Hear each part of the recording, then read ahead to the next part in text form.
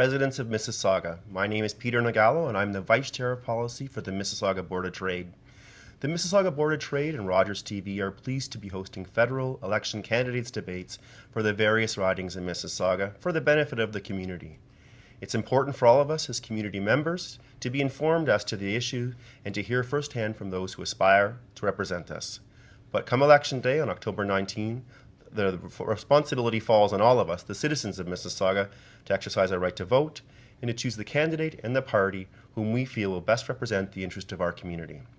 Let's take a moment to introduce each of our candidates for the riding of Mississauga East-Cooksville. Representing the New Democratic Party of Canada, Ali Naqvi. Hello, sir. Thanks for the invitation. Thank you. For the Conservative Party, Wladyslaw Lizon. Good morning. Thank you. And with the Liberal Party of Canada, Peter Fonseca.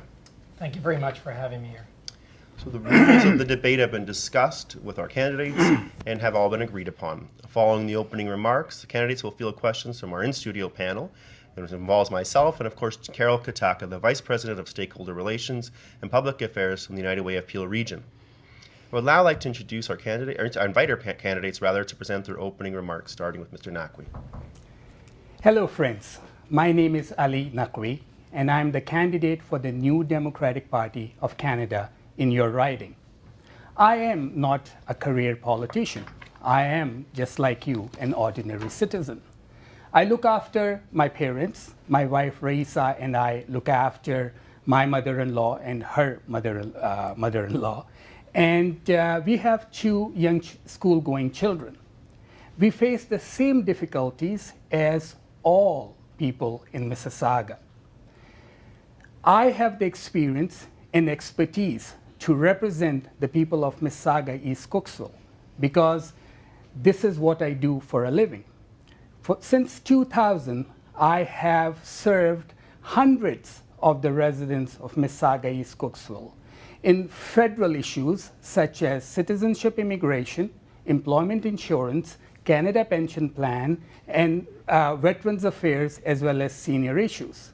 I have the knowledge of representing the people of Mississauga East-Cooksville, and I have the honor and the privilege of running under the leadership of the most principled leader in today's time, Mr. Thomas Mulcair, the leader of the NDP. He has the experience and the principles to lead Canada into a better future. He has the experience of standing up to the values of Canadians and the Charter of Rights and Freedom.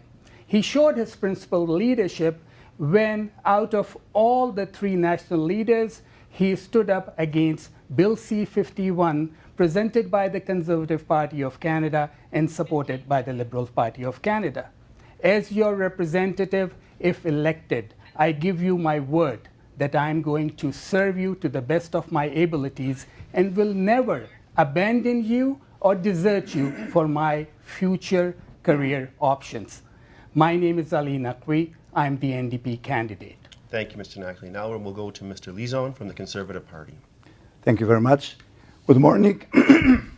My name is Wladyslaw Lizon, and I'm your Conservative candidate for the 2015 election for the riding of Mississauga East-Cooksville. Let me begin by extending my thanks to Mississauga Board of Trade and Rogers for hosting this debate.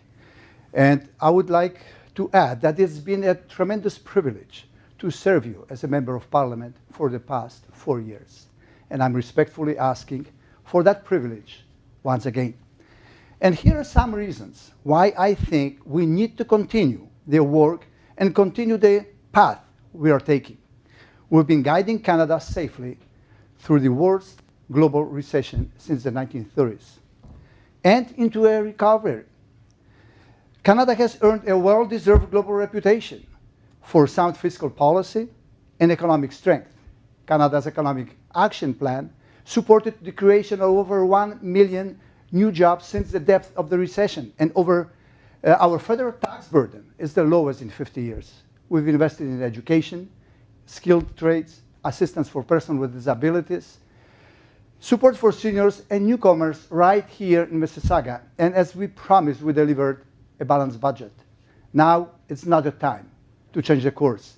We have a strong record on national security, protecting the safety of Canadians, promoting and protecting Canadians' values and freedom, democracy, and the rule of law.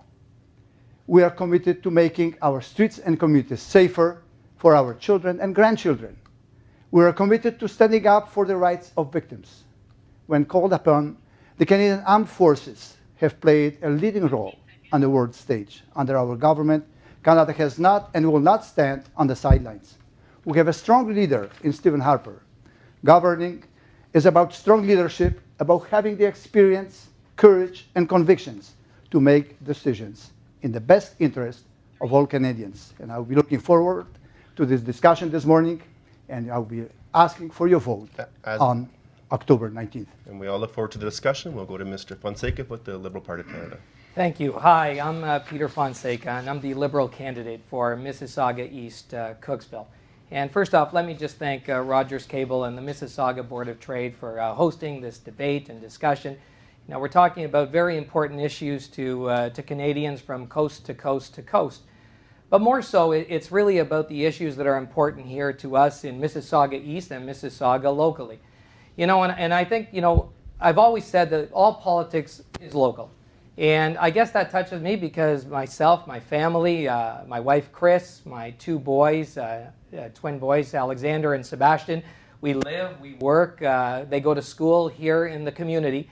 And the many discussions that I've had with neighbors and friends and the thousands of doors that I've been able to knock on over this campaign have really shaped why I'm running. And why I'm running is to work as hard as I possibly can to help improve the lives of all those 125,000 people that live in our riding of Mississauga East-Cooksville. And, you know, I've heard about the struggles and the pressures on just the home economics and the challenges of young youth that are looking for jobs. We have a high unemployment rate when it comes to our youth, and even those in their middle ages are struggling. So under a Liberal Trudeau government, we've come forward with a very ambitious three-point plan to help our community. And the plan starts around an investment in Canada, an investment in our infrastructure, being able to rebuild our roads and bridges and pipes, the affordable housing that we need in our community, and all of this helping and partnering with the city, with council, with the provincial government, and working in partnership. Secondly, we understand that the middle class is struggling, and we want to make sure that we could take some of that pressure off of the middle class. So we are bringing forward a middle class tax cut to all those that make under $200,000 a year. And especially for those in the lower incomes, we want to make sure that they have the opportunity. We also brought forward a child benefit program that will lift 315,000 children out of poverty. And we'll That's why I'm running. Thank you so much. We'll get into all of those platforms and policies in the question and answer period. And we'll go right into that. I'll go to Carol Kataka from the United Way of Peel for the first question. Thank you, Peter. Obviously, the economy is a critical topic in this election, and everyone is usually the case. We hear many sound bites about the eroding middle class from all parties for sure. This question, I'd like to begin with the Conservative candidate. And we've seen these shifts in our community in particular around the eroding middle class. In 1980, 2% of our neighborhoods were considered low income. Now today, it's 45% of our neighborhoods are falling into that category if we look across the region. According to a report by the National Council of Welfare, poverty costs taxpayers more than $24 billion a year. And I was wondering if you could share with us if your party would commit to a national poverty reduction strategy and what that would look like. Well, thank you very much for the question. And of course, economy has been number one on our agenda since we've taken government in 2006. With the creation of Canada Economic Action Plan and other initiatives, we're able to bring our country from the depths of the worst recession in history, or worst recession since the 1930s. And we've proven that the measures we've taken work and should be continued, that our country can prosper and can go forward, and the Canadians can reap benefits of their own work. Now, when we talk about poverty, everything has to be addressed in our program. Therefore, if we are looking at the issue of poverty, of issue of homelessness, we should look at it very, very broadly. People that need help should get help, but the basic help that they should get is to get on their own feet and go forward and progress.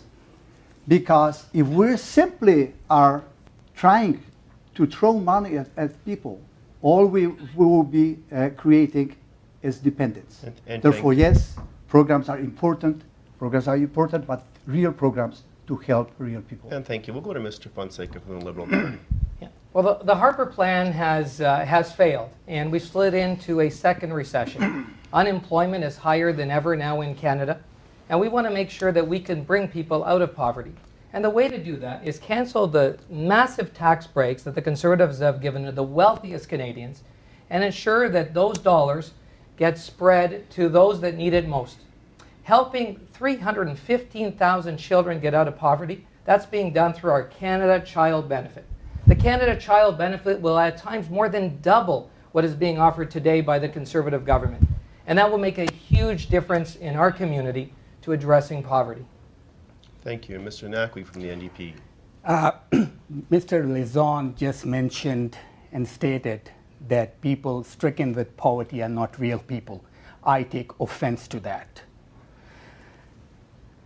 NDP is committed to the reduction of poverty. We all remember Ed Broadbent's motion over 20 years ago in the House of Commons for eradication of child poverty. The Liberals and the Conservatives' consecutive governments have failed to eradicate child poverty. The NDP government under Tom Mulcair will introduce an urban affairs ministry, an affordable housing strategy, an additional $40 million to homelessness, focusing on women's shelters. We are going to close the CEO stock options loopholes, and the money saved from there will be spent for the reduction of child poverty. The people stricken with poverty are because of the lack of political interest for eradication of poverty. The Liberals and Conservatives have shown no interest in reduction of child poverty. Thank you, Mr. Thank you Naqvi. very much. I believe we owe Mr. Lizon an opportunity to respond to that. Well, I would like to clarify that I've never said what the NDP opponent is accusing me of. I said the real people need a real program to get out of poverty. They need jobs. They need to be helped to get back on their feet, and they need to be walking on their own. That's what people are looking for. People don't want to be dependable. People want to be proud of themselves, and that's what we're working on. Okay. And on that issue of unemployment, while Peel's economy has shown resilience during the economic downturn, key sectors continue to struggle, including manufacturing and export-oriented industries. As a result, Peel's unemployment rate continues to remain high at 8.1%. A large part of that is a high youth unemployment rate. What measures would you or your party implement to help bring down our unemployment rate, including supporting our youth find jobs? We'll go now to Mr. Fonseca. Yeah, that's a great question, Peter, and I thank you very much. And you know, the Liberal Party has the only plan actually to get our economy going, and that is through a historic infrastructure investment that we're going to be making in communities right across the country, but specifically here in Mississauga. And when I talk about that infrastructure, it is going to help the quality of life of all of our citizens, as well as creating the type of jobs that we need here in our community. That's around rebuilding our roads and bridges, investing in our hospitals, long-term care homes. I hear all the time about those that are struggling to get in a long-term care home and the wait list. The same thing with affordable housing. This strategy is one that is comprehensive. It will work hand in glove with the municipality, with Mississauga, with the province, and this is the type of strategy that Canada needs. In challenging times, you want a country that will invest in the community, invest in itself, make sure that those jobs are had. And that's what we're doing right now. We've slid into a recession. Yes, unemployment is up. We need a change in government. We need a better government. We deserve a better government that will have a strategy towards curtailing our unemployment. We see a failed plan under the Conservative government, and there is no plan under the NDP. Well, we'll hear about the plan from the NDP by going to Mr. Naqvi right now. And Peter, you know what? For a change, I'll actually answer the question which the Conservatives and the Liberals have failed to, as usual, and we have seen it for the last 148 years. The NDP government will partner with cities for a better transit plan. That would create 31,000 new jobs. Just imagine the benefit to Mississauga. And according to my research, the unemployment rate, specifically in Mississauga East-Cooksville, is at least 2 points higher than the national average. And I will tell you what, as your member of parliament, as your humble servant, the NDP MP will do for Mississauga East-Cooksville. We will turn our constituency office in a hub of small business. It would be a small business center where we are going to connect the new graduates with the employers of Mississauga East-Cooksville. We are going to provide them the expertise and the experience, information, and knowledge from, on a pro bono basis, from several experts from across the Greater Toronto Area, thus creating new business environment and new employment. And thank you, sir. Now we'll go to Mr. Lizon. Thank you very much. To begin, I would like to correct my Liberal opponent. The unemployment rate is not the highest in history. The unemployment rate that was announced last week, it's at 7%, and it's due to the fact there is more people looking for work now and entering the job market. Now, the issue of high unemployment rate among young people, it's a real issue that we've addressed, and it should be addressed in a broader spectrum. Why? On one hand, we have an army of young people looking for work. On the other hand, we have businesses looking for skilled workers that we cannot get in our labor market. We had to create programs to bring people from outside the country. Why can't provinces educate our young people that they have skills when they graduate from a high school to enter a labor market? There is no limits to this, and this should be addressed.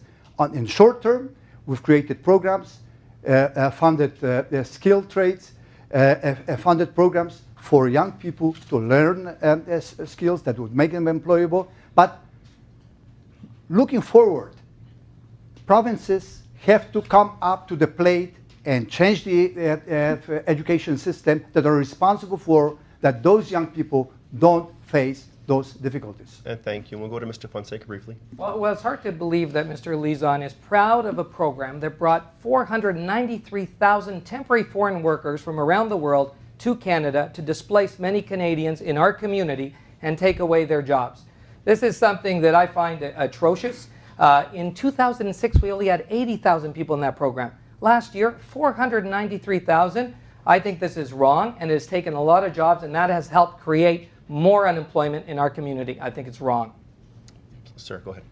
Well, actually, my Liberal opponent forgot that for 8 years he was representing this riding as a provincial member of parliament and as a minister. He was sitting at the cabinet table taking decisions that affected our riding. You have a record that we can bring up here during this debate that put us in debt, that we have to pay every year because of the decisions you and your cabinet has made. Why didn't you address the education issues when you had the chance sitting at the cabinet table for 8 years? I'm very. Go ahead. Can I respond, Peter? Yeah, please, Thank you very much. Well, I'm very proud of the record and my work here in the community. What I'm very unproud of is what the Conservative government has done with our community and allowed for all of these workers to displace many of our workers that live in Mississauga East-Cooksville. I think it's atrocious, and it's something that needs to be scaled back.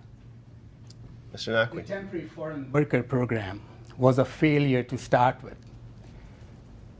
Scandal after scandal, starting from the Royal Bank of Canada, going to Burger King and McDonald's, where the local young people were refused employment because under the table employees were brought in from overseas. It's unfortunate that Mr. Lizon is taking credit for that. And it's further unfortunate that our former Minister of Labour in the government of Ontario deserted his constituents just because he wanted a career promotion.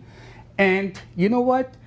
Any Canadian, any ordinary Canadian, if he leaves his job without a notice, will be fired. Oh, wait, you were fired, Mr. Fonseca, twice. In 2011 and prior to that, when you tried to introduce a close family member for the nomination of the Liberal Party as MPP, your own party members refused and rejected you. We'll give you 10 seconds and we'll move on to the next question. Yeah. Well, you know, these personal attacks from Mr. Naqvi, who doesn't live in Mississauga, lives in Oakville with his family. I don't know what he's doing. We're actually running here for the NDP and how much he understands about the people that live in Mississauga East-Cooksville. But what I can say is I've worked very hard for our community, and if I'm privileged to be elected here, we'll continue to work hard for the people of Mississauga East-Cooksville. Thank you. And we'll move to Carol with our next question. Something that's come up twice now in some of your comments is around the issue of affordable housing and homelessness. That's something that's hidden in Peel. It's difficult for people to get a sense of how many people here are without housing or access to even affordable housing. The severe shortage of affordable housing in Peel has created one of the longest wait lists for subsidized housing in Ontario. The availability of emergency shelter services for young people is exceedingly limited. The one new shelter that we have for the entire region of Peel, Our Place Peel, experiences such high demand they had to turn away over 450 kids last year because they didn't have the space. So these were children who had no place to sleep. Will your party commit to a national affordable housing strategy with a focus on addressing youth homelessness? And I'd like to direct this question to the Liberal candidate. Carol, yes, we will commit to an affordable housing strategy, and we have done that. So in this historic infrastructure investment, Mr. Trudeau has spoken to $2 billion a year to be put into our social infrastructure, into affordable housing, to help with those wait times. And I understand, you know, when I came here as a young immigrant from Portugal with my family, how important it was to have a roof over your head. And it all starts with the roof. It starts with the home. That's where you feel safe. That's where you feel comfortable. That gives you the dignity, the respect, the ability to get on your feet and go out and find a job and get going, and allows people the ability to be on that journey towards prosperity here in this great land. And it's something that I feel akin to, knowing the many houses that I lived in as we came through as new Canadians, but those that I see today, and how important it is for them to have a roof over their head. So the Liberal government is a compassionate government. It is a government that understands that affordable housing means a better quality of life, not just for those getting affordable housing, but for all those in our community. So it is something that we are fully committed to. Thank you, and we'll go to Mr. Naqvi. Well, I may not be your local candidate, but I'm your vocal candidate. A candidate who's going to raise your voice in the House of Commons in Ottawa. A vocal candidate who's going to vocalize your issues and solve your problems in House of Commons in Ottawa and in his constituency office right here in Mississauga East-Cooksville. I may not live in the riding, but I live your life on a daily basis, and I understand what we are talking about. Going to the question, and a very valid one, the NDP is committed to an affordable housing strategy, and I'll reiterate that we are going to invest $40 million to eradication of homelessness, focusing on women's shelters and children's centers. The Liberal plan, if they ever make the government again, is not costed. We don't know how much of that amount, that promised amount, will go to eradication of homelessness. Every answer coming from the Liberal candidate talks about those billions of dollars, but we don't really know which amount is going to homelessness. Thank you, sir. We'll go to Mr. Lizon. Thank you very much. And of course, roof over the head is the basic things that everybody needs. And my Liberal opponent was talking about his life here. I also came to Canada from another country. I came from Poland. And I always lived here in Mississauga. I only had two places, and the house where I live now, I've been there for over 20 years. And I've watched Mississauga grow, and as you all know, we are basically out of land, therefore whatever is built here, and the needs are tremendous. Yes, we have to commit our infrastructure fund to help those in need, and the programs have to be done the way that affordable housing or subsidized housing, rather, is a nice, not lifetime solution, that it helps people in the time of need to get up and walk on their own. I will repeat this many, many times, because if we are to create programs that make people dependable, we're going to have exponential needs for many, many years to come. We'll never fix them.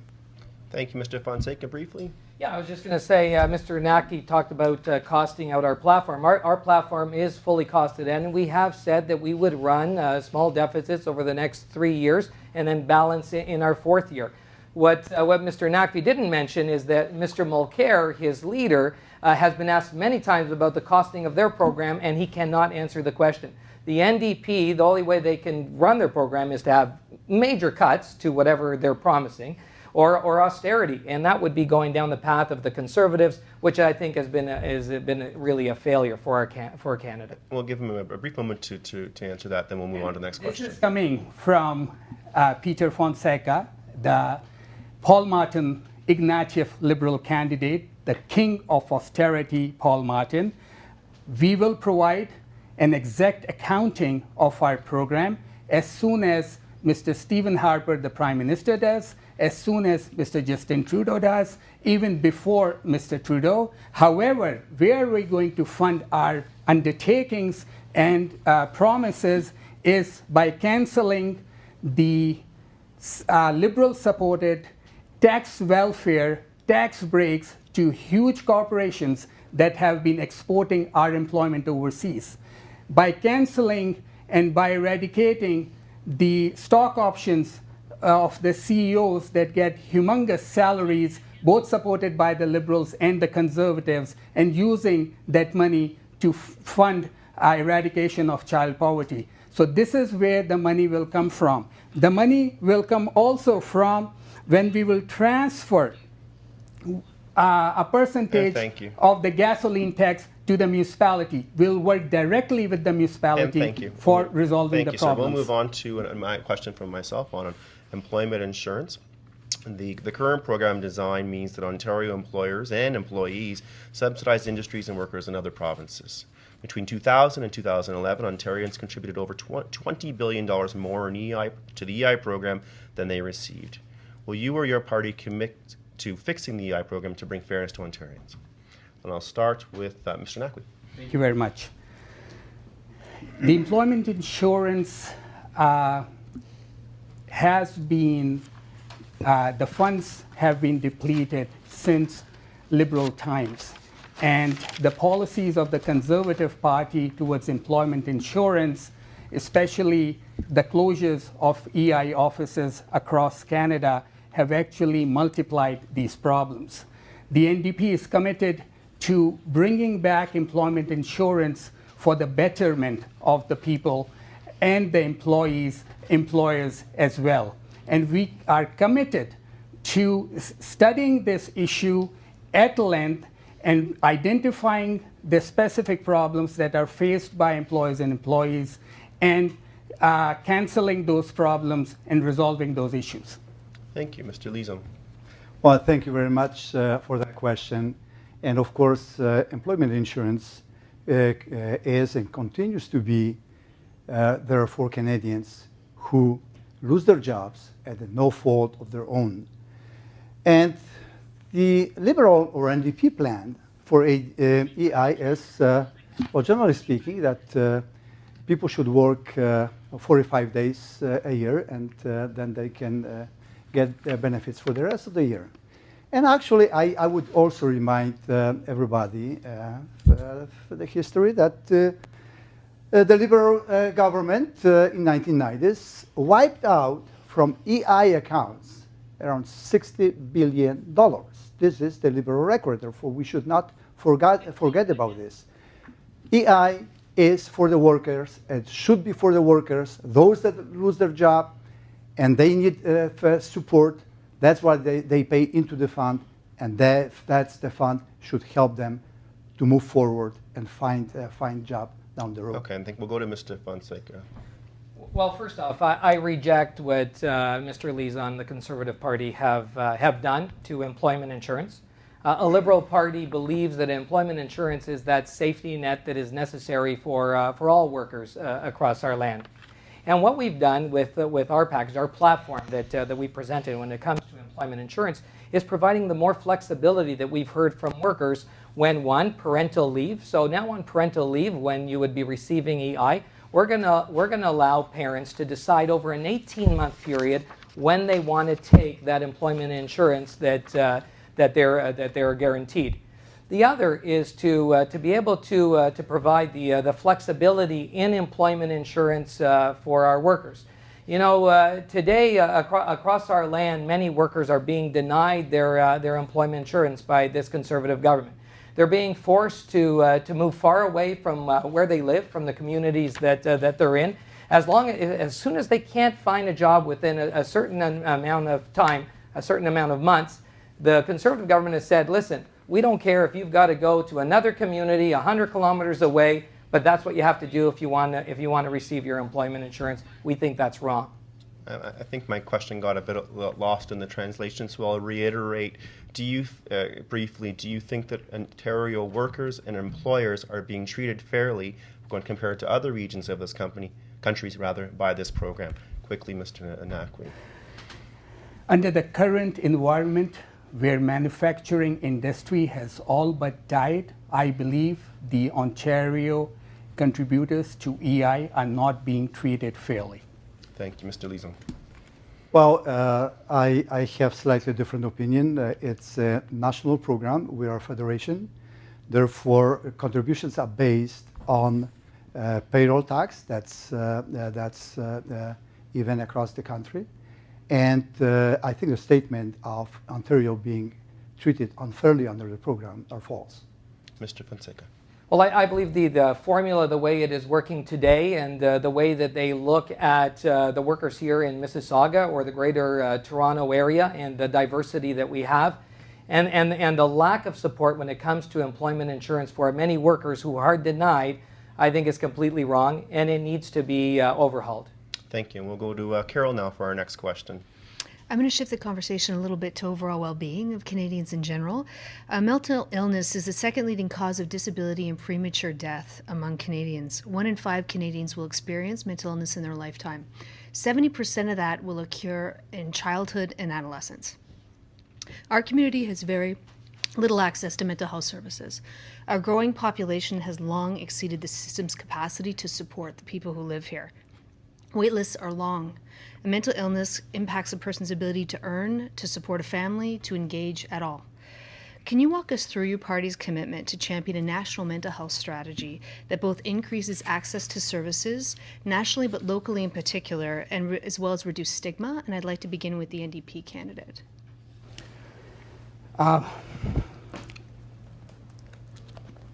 Mental health suffering is very close to my heart. A close family member suffers with mental health issues.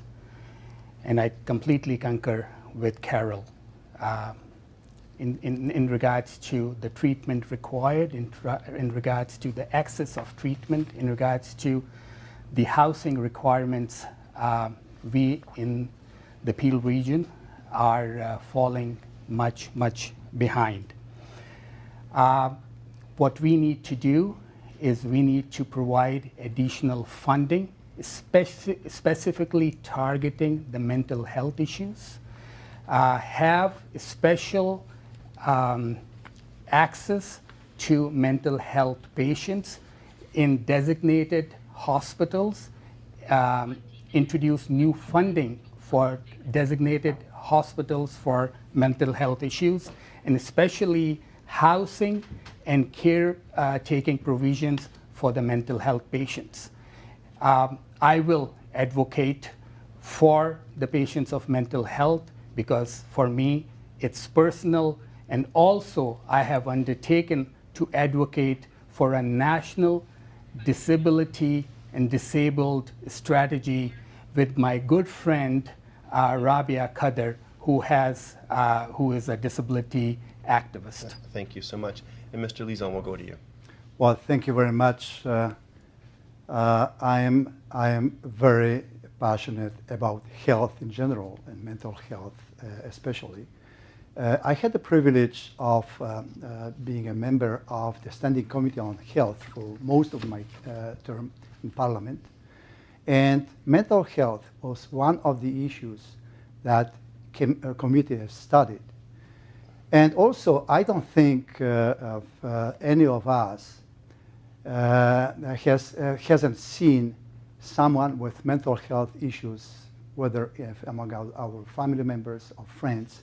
And I happen to have a wife who's a teacher.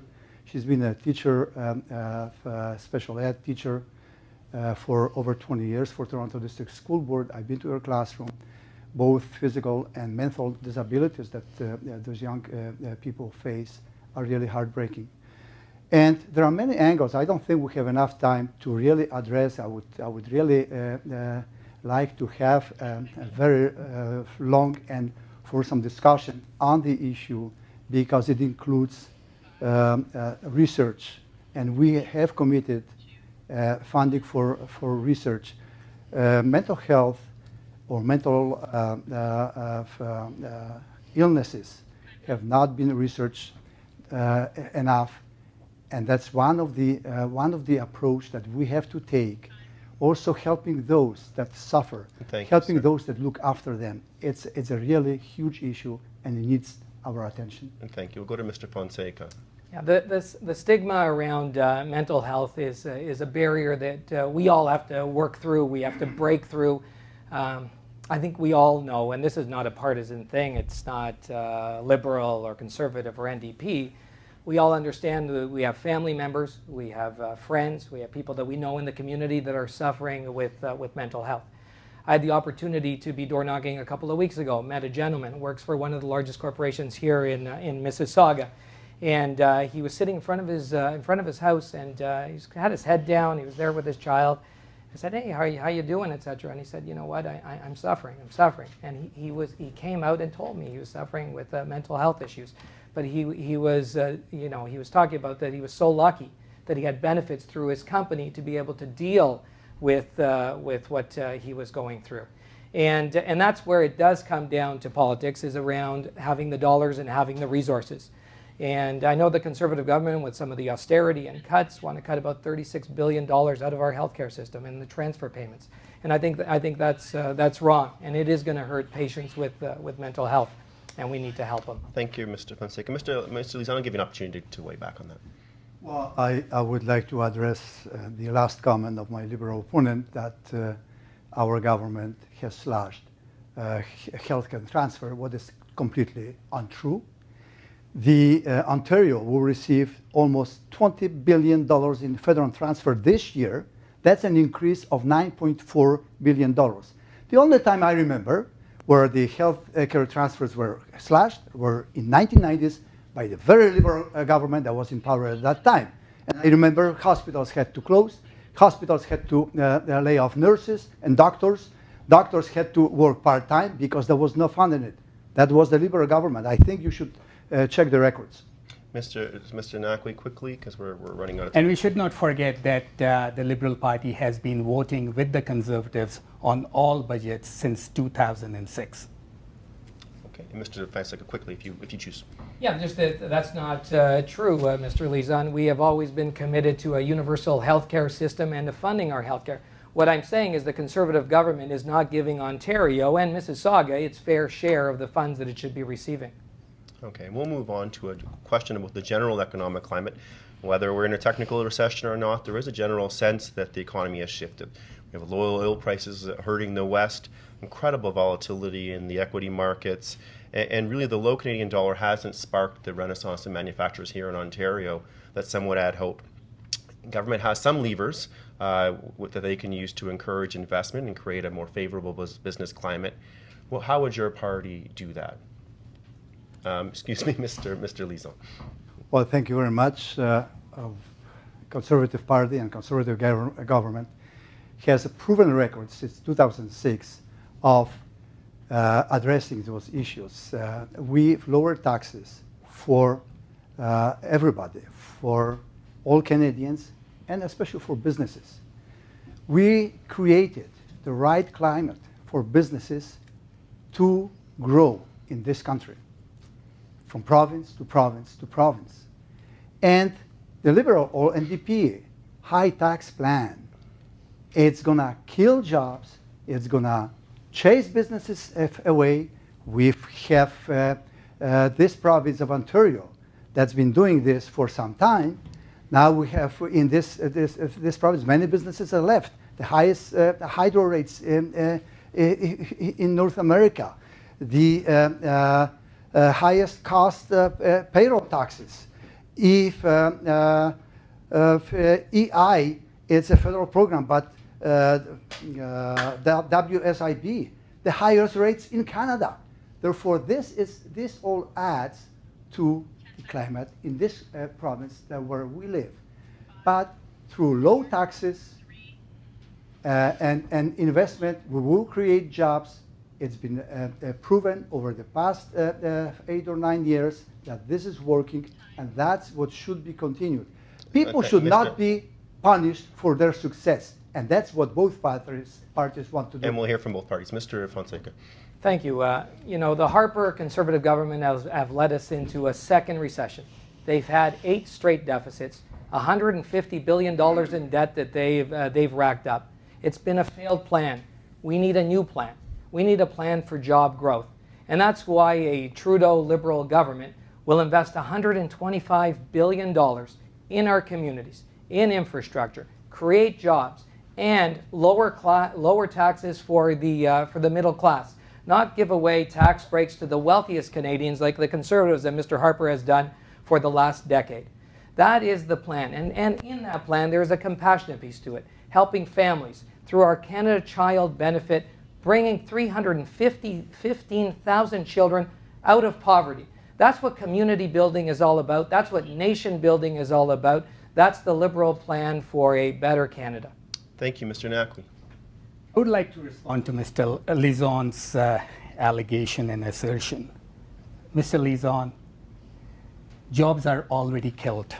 1.3 million Canadians are out of work in Mr. Harper's time as Prime Minister. 200,000 more than before the recession. How many titles and names of the businesses should I tell you that have closed their doors in Canada? How many names of the corporations should I tell you that have exported our employments overseas? The same corporations that you have been giving humongous, huge tax breaks year after year after year. And we are going to take away the $2 billion per year income splitting measure that you have introduced for the rich families. This is where we are going to take the money from. This is where we are going to invest in the local business. We are not going to focus ourselves only on oil and gas, the mismanaged plan by your government. We are going to invest in manufacturing. We are going to champion manufacturing. We are going to process our natural resources. Thank you. And thank you. We'll go to Mr. Lizon briefly for rebuttal. Well, briefly, 2 comments. I think my NDP opponent should check the records. Actually, 1.3 million jobs have been recovered or created since the depth of the recession. And this is what we are taking credit for and we are proud of. Now, if you're going to create jobs by taking money away from successful businesses, I don't know how this is going to work. So we'll move on to the next question because we have only 10 minutes left and we have a fulsome agenda. So we'll go to Carol for her next question. Okay, thank you, Peter. Immigration is a critical driver to sustaining and growing the Canadian economy. Almost half of the residents who live in our community weren't born in Canada. Many newcomers come to Canada for increased opportunity, yet find it difficult to gain employment with fits with their experience or any employment at all. They're working unpaid volunteer hours to accumulate Canadian work experience. This can carry on for years, with no ability to support a family or to grow their opportunity base. Can you please outline your party strategy to support newcomers in connecting to the good jobs they're qualified for? And I'll begin with the Liberal candidate. Carol, that is just a terrific question, because I get it at the door every single day about people that have come over here as doctors or engineers or accountants and not able to work in their field. You know, this country has been built on immigration. Except for our native peoples, all of us have come from all over the world to make this such a great place to live and work. And what we need to do is adopt the best practices that other countries are using, to do a lot of the certification training and a lot of what is necessary offshore before somebody arrives, so that they can get up and running right into and be productive right into the career that they've trained for. And you know what? We are just wasting away the productivity, the potential that we have with so many new Canadians. And this is something that we need to change in Canada. We have a broken immigration system that is not working, and many people are very, very frustrated. And under a Liberal government, we will work to fix our immigration system. Thank you, Mr. Naqvi. Under the Liberal government until 2006, it was the Liberals who destroyed our immigration system, left behind thousands, I would say hundreds of thousands of incomplete immigration applications, giving the opportunity of the reformist conservative government to actually almost practically close down immigration for skilled workers, for entrepreneurs, for investors, and even limiting the family unification plan, which is the basis of our immigration system. The Immigration and Refugee Protection Act, IRPA, that came into 2012, took away a number of rights and liberties, including Bill C-50, which once again the Liberals supported at that time, giving the rights of almost godly rights to the Minister of Immigration to regulate, because he cannot or she cannot legislate, regulate the system. You know what Mr. Kenney and other conservative immigration ministers have done? They have cancelled over 1 million applications that have been pending in the system for years, and they are yet to refund their processing fee. Thank you. Let's hear from Mr. Lizon about that allegation. Well, thank you very much. I came to this country as an immigrant, and well, thank you for the question. This is a very, very valid point.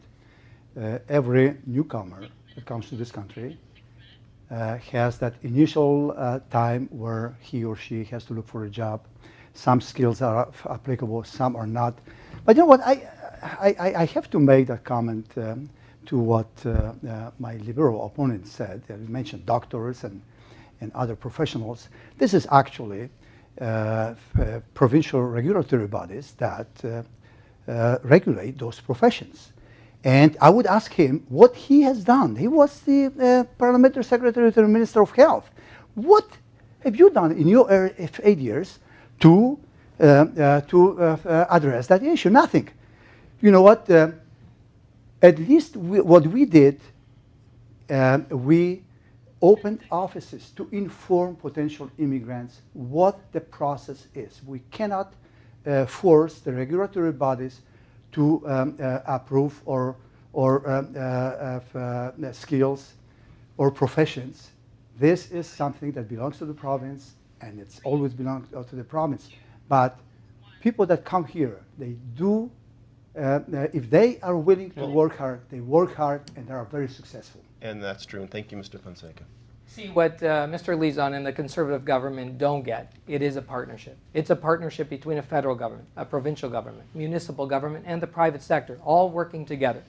And the federal government under Mr. Harper has not wanted to come to the table with all of the various groups to make sure that a lot of this credentialing, a lot of this work could be done offshore. Secondly, when it comes to immigration, the Conservative government have passed a law, C-24, which is really creating two classes of citizens. Myself, Mr. Lizon, and I'm not sure if Mr. Naqvi was born outside the country, but everybody that was born outside the country that has dual citizenships now is in jeopardy of being actually deported by a conservative government under C-24. Very draconian. It is the wrong thing. It is not Canadian. I'm going to give Mr. Lizon an opportunity to clarify that, and then Mr. Naqvi will move on quickly. Very quickly, though, sir. Well, very quickly to clarify, there is no two tiers of citizenship, and the government cannot deport anybody. The only measure that's in C-24 is when people commit a crime against the country, then they have to be convicted by the court of law, and at that time, and that time only, those that carry double citizenship can be deported, not by the government, after the court decides. Thank you, Mr. Naqvi. Mr. Lizon is right. There are no two-tier citizenships. There are actually three-tier citizenship. C-24 even jeopardizes our children, my children, Mr. Lizon's children, and Mr. Fonseca's children, because they may have a right to citizenship to the countries where their parents were born. And in regards to the conviction, I would like to clarify that C-24 talks about charges and convictions even outside Canada. So just imagine our friends or enemies living overseas can institute a false case against anybody, and Government of Canada would actually jump on that. Let's not forget Maher Arar. Let's not forget that we live in an environment of C-51 brought in by the Conservatives and supported by the Liberals, where there is fear-mongering, pitting neighbor against neighbor, and in this climate, when you have a discriminative piece of legislation like C-24, we need to fight it. We need to make sure that all discriminative provisions from C-24 are eliminated. We're running out of questions. What I will do is on this tack, give you a quick question, and I'll ask you to be brief in your response. I took the image of a Syrian boy to wake up the world to the issue there.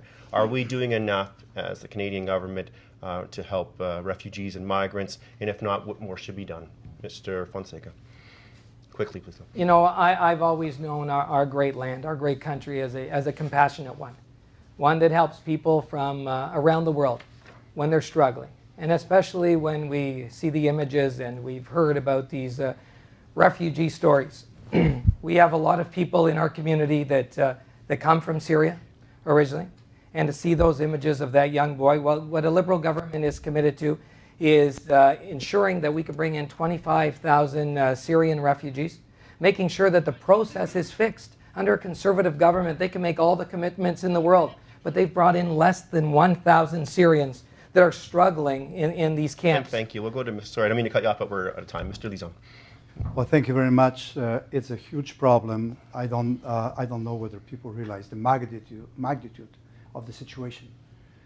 There are 8 million displaced Syrians within Syrian borders, over 4 million that left Syria, and this is the problem we're dealing with. Yes, we have to be compassionate, we have to help those people, but this is the magnitude of the problem. 4 million people outside Syria are stuck in Egypt, Lebanon, Afghanistan, Iraq, and Turkey. The rich Gulf countries are not stepping up to the plate to help. Canada has been doing its part, has been doing more than its share to help. We should help, and we will help. And Mr. Naqvi, thank you. The 3-year-old boy, Ayan Kundi, was our child. We, as Canadians, failed that child. There was a private sponsorship application made by the aunt, and that was denied by Canadian government. And now that fact is being denied by Canadian government. 10,000, a commitment of 10,000 by the Conservative government to bring into Canada the refugees from Syria. Only 188 were brought last year. When it comes to photo ops, It's great for Mr. Harper to go to the Turkish camps and be photographed with the refugees, but when it comes to actually bringing these United Nations conventional refugees already certified, the Conservatives have failed. The NDP within a year will bring 10,000 Syrian refugees. Wonderful. I'm going to now closes this part of the debate. I hate to be abrupt, but we have a timeline here. So I'd like to thank each of our candidates for participating in this candidates debate.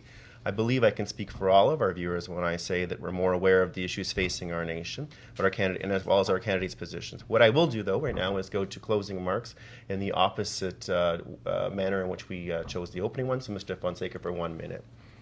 Peter, thank you very much. And I want to thank again Rogers Cable and the Mississauga Board of Trade for this opportunity to discuss and debate these very important issues. And what I can tell you is if I am privileged to represent our area as the Member of Parliament for Mississauga East-Cooksville, that I will work tirelessly for the 125,000 people that live in our community. And I mean 125,000 people, not just those that are our wealthiest citizens, but everybody, making sure that there is long-term care homes, affordable housing, jobs and opportunities for our young people, ensuring that those child care spaces are there in our community, and making sure that those that are hard-pressed with the pressures of everyday life, the middle class, that they get a tax break, and that those that have children through our Canada Child benefit will have the opportunity to provide for those children so they can participate in sports and activities in our community and have really the chance and opportunity of what Canada is all about, the opportunity to succeed. I thank you, and I ask you for your support and your vote on October 19th. Thank you very much, Mr. Lizon from the Conservative. Thank you very much, and thank you for the opportunity to join with the other candidates for this debate.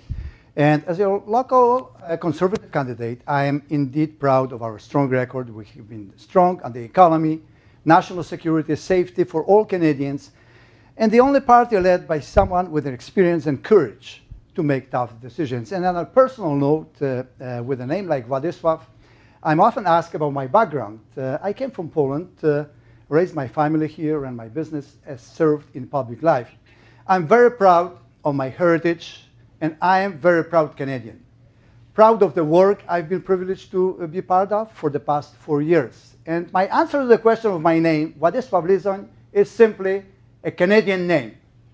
I continue to be thankful to the voters for giving me a role in the public service for the past 4 years, and I ask you for that honor again and your support on October 19th. Thank you very much. Thank you very much. And Mr. Naqvi. My thanks to the Mississauga Board of Trade and Rogers Television for conducting this debate. Debates are very important for democracy, and we have seen how Mr. Stephen Harper, our Prime Minister, has been avoiding these debates. However, this is great for Mississauga East-Cooksville, and thank you very much. The NDP government under Tom Mulcair, according to the latest Global Mail poll, has 53% more chances of winning the most seats as compared to 8% for the Liberal Party. We right now have over 100 seats in the House of Commons, whereas the Liberals have 33.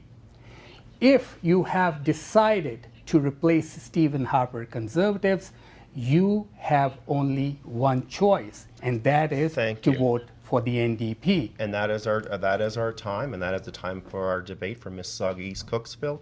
Once again, I'd like to thank Rogers TV for being a partner.